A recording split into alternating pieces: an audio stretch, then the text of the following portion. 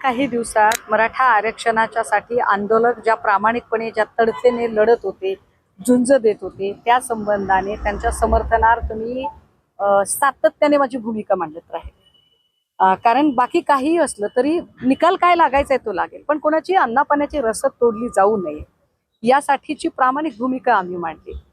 मला जेवढा थोडाफार कायदा कळतो त्याच्यानुसार एक गोष्ट स्पष्ट आहे, GR आणि कायदा याच्यात फरक आहे।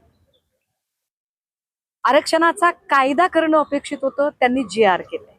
बरं, GR ही केला, तो GR Satara gadget, Aundh gadget, Hyderabad यापैकी फक्त हैदराबाद गॅझेटचा केलाय। बरं, त्याच्यातलीही जर आपण त्या तारखा जर बघितल्या तर तारखांचा घोळ बघता त्याच्यातला फोलपणा स्पष्ट होईल। अहो, इथे कायद्याला लोक चॅलेंज करतात, GRला तर केव्हाही चॅलेंज केलं जाईल।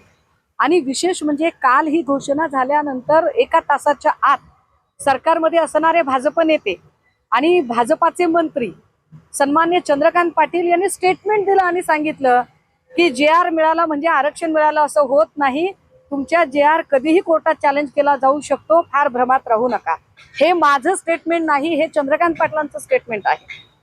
योगेश केदार जे या आंदोलनामध्ये फार महत्वाची भूमिका अदा करत होते, त्या योगेश केदारांनी हे स्पष्ट केलं की हा GR आम्ही तपासून घ्यायला पाहिजे होता, आमची घाई झालेली आहे, आमची फसवणूक झालेली आहे।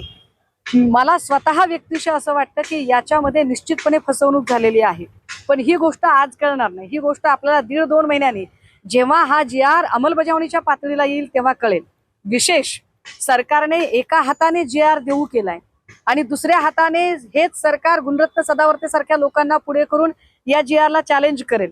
म्हणजेच सरकारने सगळीकडून डाव आपल्या हातात ताब्यात घेतलेला आहे। आधी मराठ्यांना, आंदोलकांना मुंबईमध्ये येऊ दिलं, मुंबईत आल्यानंतर त्यांची कोंडी होईल असे सगळीकडनं प्रयत्न केले गेले।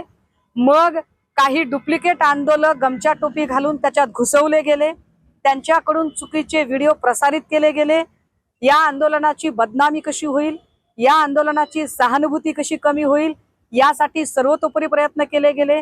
त्यात कोर्टाने सांगितलं की 4 वाजायच्या आत मुंबई रिकामी करा, याने एक सायकोलॉजिकल प्रेशर नाही म्हटलं तरी क्रिएट होतं। आणि अशा सगळ्या परिस्थितीमध्ये एक उपसमिती येते आणि 15 मिनिटांमध्ये आंदोलन संपतं, हे अविश्वसनीय आहे। महत्वाचं, जर भाजपच्या सगळ्या नेत्यांचं म्हणणं असेल की जे कधीच घडलं नाही ते आता घडलेलं आहे, याचा अर्थ हे ऐतिहासिक घडलेलं आहे। जर ही घटना ऐतिहासिक असेल तर मग अशा ऐतिहासिक घटनेचे साक्षीदार होण्याचं फडणवीसांनी का टाळलं? पढ़ते रहिए fight against criminal daily newspaper.